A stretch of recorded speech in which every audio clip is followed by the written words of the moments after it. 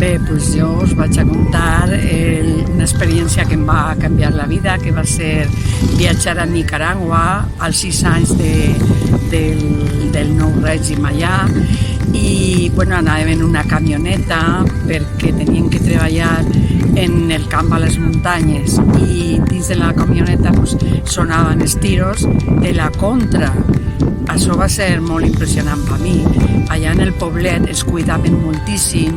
Nosaltres no ho sabíem, però tota la nit se passaven vigilant que ningú dels estranys ens feren alguna cosa. Va ser una experiència inolvidable.